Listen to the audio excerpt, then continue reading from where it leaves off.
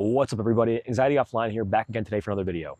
Today I'm going to show you exactly how to make a fingerboard from start to finish, using mostly common tools you probably already have around your house. We're going to go through absolutely everything. Dyeing plies, pressing the board, shaping it on a Harbor Freight belt sander, making a graphic in Photoshop, applying that graphic, and then doing the final finish. I'm also going to talk a little bit about the mindset that goes into shaping, because honestly that part can really mess with your head if you let it. This one is a full journey, handmade from start to finish. So without further ado, let's get into it. Alright, so starting off, here are some different dyed plies that I've done. I like to mix it up so each deck kind of has its own personality. Basically, all you do is soak the veneer in dye for 2 weeks, maybe even 3 weeks. Let it soak up all that color and let them dry until they're absolutely bone dry, and then you're good, you can press them, then you got some colored veneer to work with. It's a lot easier said than done. I encourage you to look at my old how to dye veneer video. I'll link it down in the comments below. I go into everything super in depth there. I basically use RIT dye to dye everything. I have RIT dye in these mason jars here. Usually they're all the way full, but as you can see they're only partially full. And I want to talk a little bit about fades real quick. So these are some that I did last night, or I pulled them out last night rather, and they're almost dry. They're still a little bit wet. I wouldn't press them yet, but they're almost there. They look pretty cool though. And how I did this is, these were dyed yellow originally, and then I let them sit, red side down in this red RIT dye for about 2 days or so, and they soaked up a bunch of that color, and then I was left with this after I pulled them out. When I pull them out of the RIT dye, I give them a wash in warm water, or cold water, doesn't really matter. Just wash them off so you get all the extra pigment off, and then I wrapped them in paper towel and dried them under something heavy. So I had them sitting here. Wrapped in this paper towel, and then sitting with this barrier bench on top. They dried completely and totally flat. So when it comes to actually pressing decks, I'm not going to go into this too much, just because I already have that video I released a few months ago called How to Make a Fingerboard, and in that one I go pretty deep into my whole process when it comes to like gluing and pressing and all that. So it's a 24-minute long video. It's definitely one of my longer, more in-depth ones. I do a lot of talking in it, but definitely check that one out. I go into pretty deep detail in that one on the entire process, so I highly encourage you to check that one out. And in this video, I'm actually working with my new mold, and this is made by Mako FB. It's a super fun one to work with. I've been enjoying it a lot, and here is the squish. All right, so now it's time to do some countersinks, and I'm gonna use this bit right here. I'm also gonna use my hand drill. I heard recently that this is a little bit easier if you set your drill to go the opposite direction, so I'm gonna set mine to go the other way as well. And the reason I set it to the opposite direction is so I don't dig into the board and accidentally go too deep. Hopefully this way I can drill a little bit slower and kind of do it more precise. When you do this, you want to center your drill as much as possible. Ideally you want to use a drill press, obviously, but this is just how I do it. And then just drill down. I'm only going to drill down about 3/4 of the way or 2/3 of the way. That's how I'll know the countersink's perfectly deep.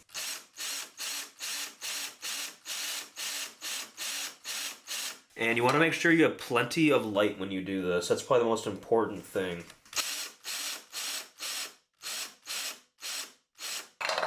I like this opposite direction trick. It definitely helps to go a little bit slower and to be more precise.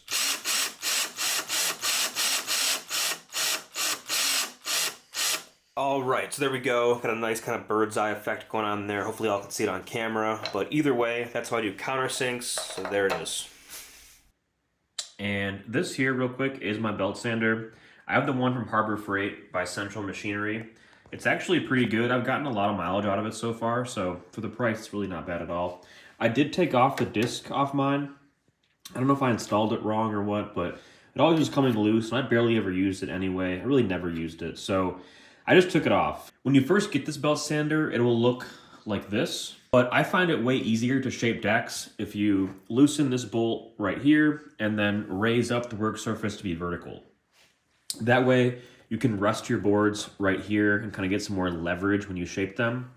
So that's just kind of one little tip that I've learned is I find it way easier to do it vertically than have it laying down flat. All right, down here in the basement now, got the belt sander ready to go. And we're going to get started. First things first though, health and safety. So my respirator here, make sure you wear some type of breathing protection. Also got eye protection here. Stuff's gonna fly up in your face. You wanna make sure you cover up your eyes somehow. And then, I guess you can't see it, but I got glass block windows in my basement with openings in them. They're both open right now. It's got a nice cross breeze going through here. I also got my furnace fan on, and then the upstairs windows are all open. So got a lot of air circulation going on in here right now, and that'll definitely help. So with that, let's get started and shape some boards. You'll notice in this part when shaping my decks, I don't actually use the shaper. I actually don't even have it in the basement with me, it's upstairs. The reason being, I ruined too many shapers by sanding into them. So now I just use a brush tip marker and I trace really good around my shaper, and then that line becomes my Bible. From there, I use calipers to make sure everything's correct. That way I know everything is mathematically perfect and just how I want it. So the one funny thing about shaping fingerboards is that this process used to actually really mess with me psychologically. And it would mess with me so much that I would end up messing up my boards by sanding into them too much or shaping something too short or just doing something wrong to mess them up. So so when I shape them, I have to actually trick my mind to kind of get into a certain mindset so I don't mess up. It's definitely like a very conscious thing that I have to think about. And this probably sounds weird, but one thing I kind of do to keep focused is I recently saw this video clip on Stacy Peralta's Instagram page, and he was talking about how they used to make their own skateboards back in the day, and they would do it just from a single piece of wood. They would trace out their shape, they would just start sanding it down. So that makes me think a lot about today and how in 2025 we're conditioned to think that, consumer objects have to be made by machines and be mechanically perfect and all that stuff. But when it comes down to it, the true soul, the true heart of skateboarding is really in handmade objects and handmade goods. When you make a fingerboard, you're really making a piece of art as well as a miniature skateboard. So you want to measure things as you go. You want to make sure you're as close as possible and consistent and that everything measures up and nothing's crooked or anything like that. But at the same time, too, every board will have its own slight variations or things that make them unique. And that keeps things very interesting and that keeps me on the hunt for the perfect fingerboard. And every time I make one, I want to make another one because I feel like I could have done that just a little bit better. So once I get them fairly close with the belt sander, I then use sandpaper to do the rest of the work. I'll slowly and evenly take little bits off each side until I get the measurement that I want. I've noticed that when I shape them, for some odd reason, usually they'll be like, a tenth of a millimeter wider on one end or the other end. So I'll kind of get that evened out. And then once the width is all taken care of, I do the length.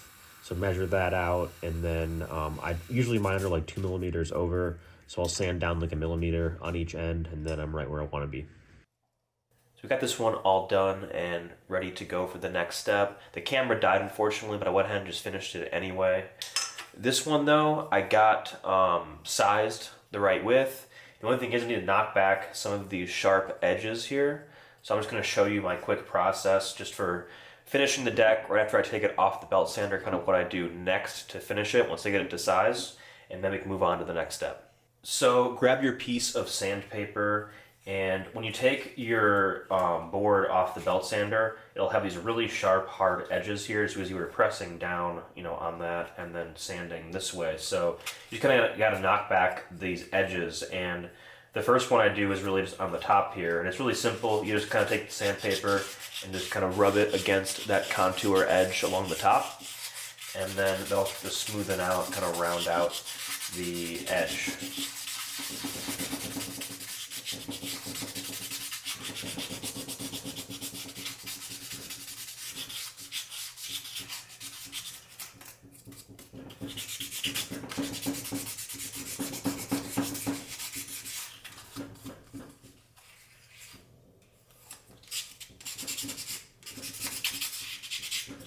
And then I'm going to do the same thing for the bottom here. Just kind of smooth that out, round it out.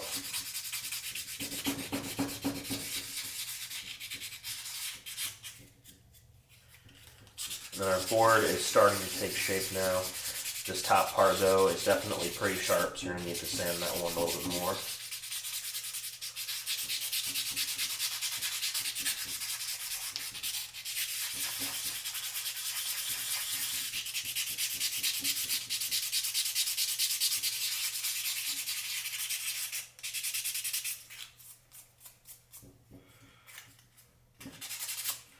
And now we're starting to look good there. I'll do a close-up later so you can kind of see. The next important part though is going to be this bottom edge here, and you don't want to sand these wheel wells, I kind of call them.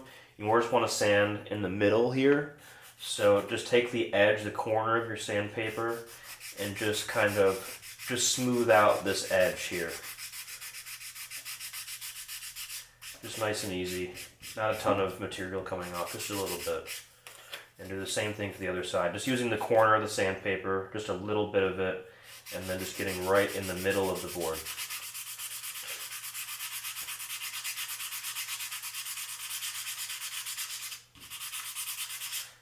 And you don't want to sand into these wheel wells here, because if you do, you'll start exposing the ply underneath, and then just doesn't look good, and it won't function the same way either. So now we're going to knock back the tail section.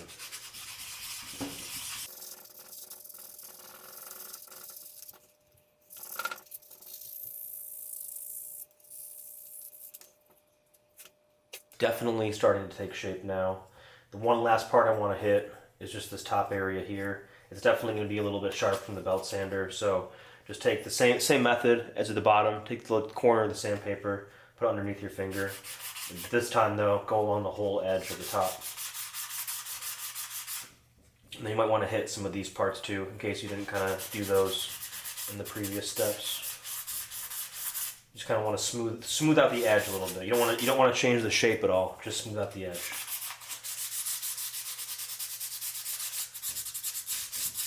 And what this does is just make the board function a little bit better, and it's mostly just for aesthetics.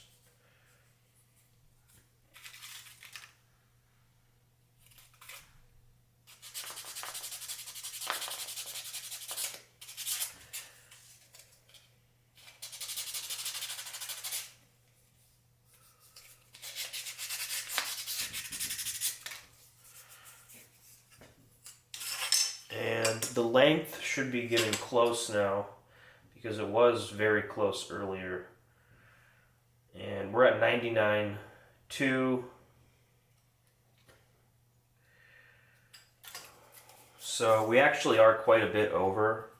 So I'm going to keep working on this nose, because the tail's definitely, the tail shouldn't be any shorter. I have pretty short tails on my decks, but so those are definitely consistent. The nose is looking long though, so I should bring my shaper down with me, but I didn't.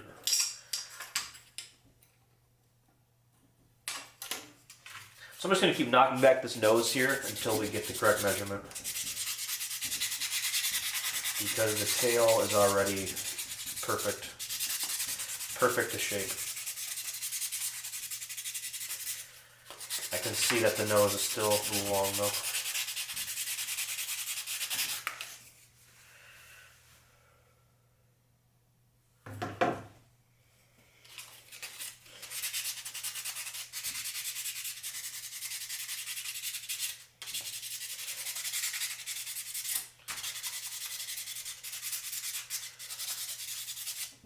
And just so I don't undo any of my previous work, even though I have to still bring this a little bit shorter, I'm just kind of rounding this round edge that I made.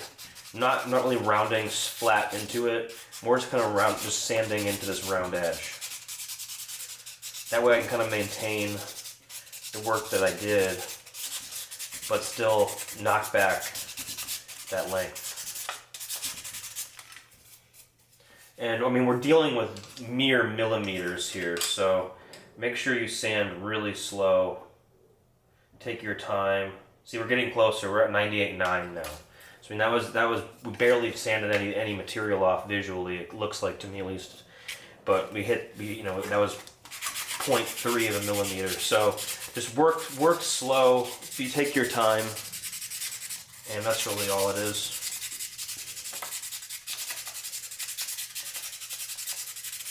So we're at 98.7 now.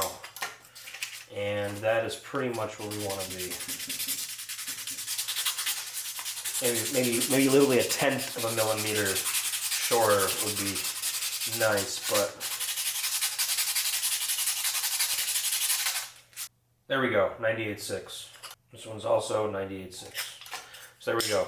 We got two decks that are the exact same, and we're gonna finish these in two different ways, so let's go do that.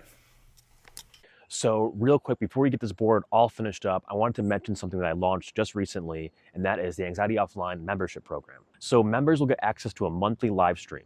I will go live and then do custom artwork on a barrier or some type of obstacle, and then at the end, we'll give it away. US subscribers only for now, but eventually we'll expand that to worldwide. It's going to be a super fun stream, and it will really support the channel. It'll also get you a shot at winning something one of a kind every single month. So if you want to join, hit the join button down below, or check out the links out in the description. I seriously appreciate your support. It helps me to keep making videos just like this. So I use this wood and bamboo oil on my colorful plies to help bring out the color before I clear coat them.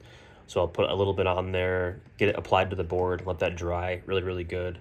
And then once that's totally dry, I went ahead and applied my stamps. I apply stamps to the tail side of all my boards, just so you kind of know when you're putting it together, which is the nail, which is the nose, which is the tail. And then we were good to move on to the next step. So for the graphic on this one, I came across this really cool IBM screensaver a couple days ago, and I wanted to do a spoof of it. So it was super simple. There were really only a couple pieces of it, and it was just pretty much like a globe picture and then the IBM logo and then some text. So I went ahead and found the closest picture I could find on NASA of a picture of the Earth. So I went ahead and grabbed that. And then I did have a hard time finding the IBM font, but I found this thing online that was an IBM font generator. So I just plugged in my ANX into there and just downloaded it straight from there. And that's really all I needed for that, because it had a black background and the text was super simple. I ended up using Times New Roman. I'm not sure if they used that exactly, but it was definitely pretty close. It also had a red sphere, or like a pink sphere in there. I kind of made it more pink in my design, but I added that. And then also in the original design, it had like a trail coming off the sphere, like a star trail. So I tried adding that, but I couldn't get it to look right, like with the right gradient and all that stuff. So I ended up just taking it out completely. I also changed up the text. So instead of saying think different, mine says overthink less, because that kind of plays in more to my brand.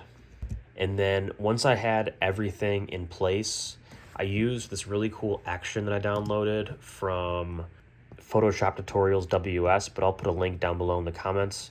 Basically, it's really cool. You can run any image through here and it will give you it in a bunch of different like pixel versions, kind of similar to like a Game Boy camera, but then it gives you more high quality versions as well. So I ran it through there, and then I got a nice pixelated version of my image. And then I ended up using a more pixelated version of the globe and then a less pixelated version of the text. So I kind of did some Photoshop, just like cutting there to kind of get that right. But that's really all there was to it. It was actually pretty simple, all said and done. And it turned out pretty cool too. So that's how I made this paper graphic. I ended up being out of ink, so I had to make a quick run out to the store. I tried going to Kinko's and printing there, but for some reason my prints came out the wrong size. They were just too large, so I was forced to go over to Staples and just get an ink cartridge. We got 2 thumbs up. We got very good placement. I'm just gonna let it dry very, very good. Let that ink set, soak into the paper really good. And we'll go ahead and apply it to this board you see here. I wanted to use the last of my ink cartridge, but unfortunately, this one just came out too large. I don't know why I missized it. And then my second one, I didn't have quite enough ink to finish that one off. I'm not sure if you can see too well on camera, but there's some pretty bad banding going on in the black there. So I could have just went ahead and did like a white, white graphic, like a white background graphic, but I like this graphic a lot. I really wanted to test it out and see how it would look on a board, so I'm glad I did it. And then also Kinko's or FedEx, I tried going there to print, but my sizes came out weird. I don't know what was going on there. They were way too small, even though they were sized correctly here. So I'm not sure what was going on. I was going through all the settings there trying to figure it out. I couldn't figure it out. Everything was scaled the right way, and even printing a different size papers didn't do anything, didn't seem to change the size. So I don't know what happened, but either way, I want to revisit that in the future because printing there could be a lot cheaper in the long run, because inkjet ink is very, very expensive. The plus side of doing it this way is the ink really does soak into the paper, becomes one with the paper, versus a laser print. You won't be able to tell on camera anyway, but on a laser print, basically everything behind me here is like laser printed, and the ink more like sits on top of the paper versus kind of soaking into the paper. If you had two side by side, you might be able to slightly feel the difference, just slightly. But and even with the FedEx like cheapest printing option, that paper just feels like too thick to me. Even with the ink on there to do a good paper graphic. I want to revisit that in the future, but it's kind of my observations right now. So I'm glad I did the inkjet print. I think it looks pretty good, and they look pretty good on the deck as well. So the fact that the ink kind of really soaks into the paper and becomes one with it really helps it look better in the long run, I feel like. It's kind of just my 2 cents on that topic.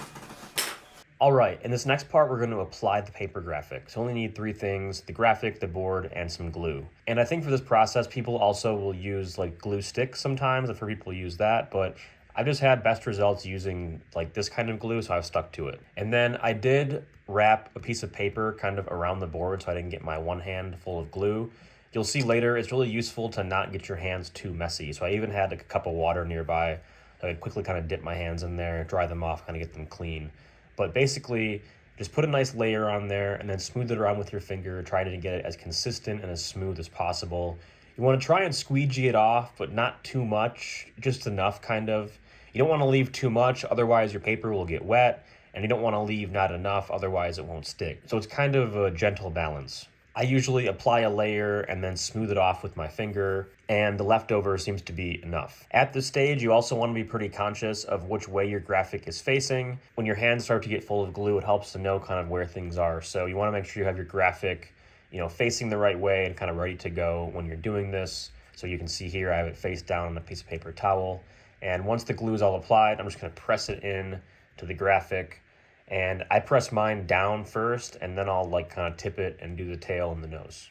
So obviously, making sure your hands are nice and clean, you want to pick it up, take a look at it, and begin smoothing it out. You'll probably have some air bubbles here and there, or probably won't be adhered all the way in some spots. So just kind of go around and make sure everything is as smooth and as adhered as possible. It will start to dry pretty quickly, so make sure your placement is right by holding the board up to the light, and you'll see the screw holes shining through, and you'll kind of know roughly where your graphic is going to fall.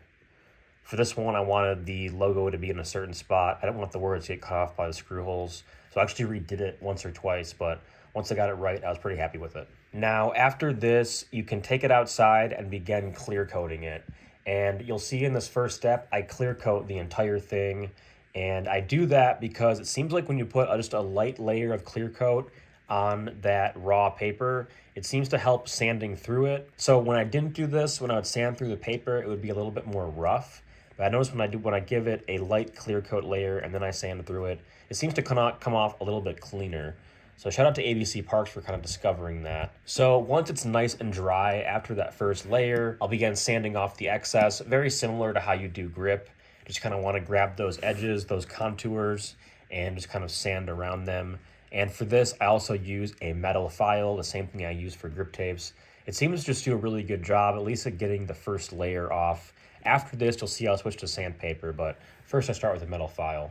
And for the non-graphic deck, after the first layer of clear coat, I use some 1000 grit sandpaper and just gently go over it to kind of disrupt that first layer.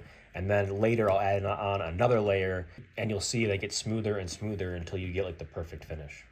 Once the graphic board was dry, I sanded off the edges with 1000 grit sandpaper to get them nice and smooth, and so the paper didn't look jagged. Just kind of getting all the edges evened out, nice and cleaned up. And then from there, I gave both of them another clear coat. Now that they're pretty much done, and this is just kind of one last layer to kind of seal things in. From here, my camera did die, so I did end up doing a couple more layers where the clear coat would dry. I would lightly sand it with 1000 grit sandpaper and then apply another layer. And I did that about 2 more times and the boards were complete. All right, and we're finished. Here are the finished decks. These things came out so insanely cool.